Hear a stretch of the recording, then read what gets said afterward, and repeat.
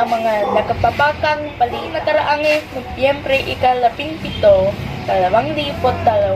2023. Nik ng magnitude 5.2 na lindol ang probinsya ng Sarangani Islands at mga karatik na probinsya. Ilang minuto bago mag-alauna ng hapon. Dalang epicenter sa layong 15 kilometers southwest ng Calpeca, Samar na umabot ng intensity 5 ang naramdaman sa Purongan City, Calpeca at Catpalocan City.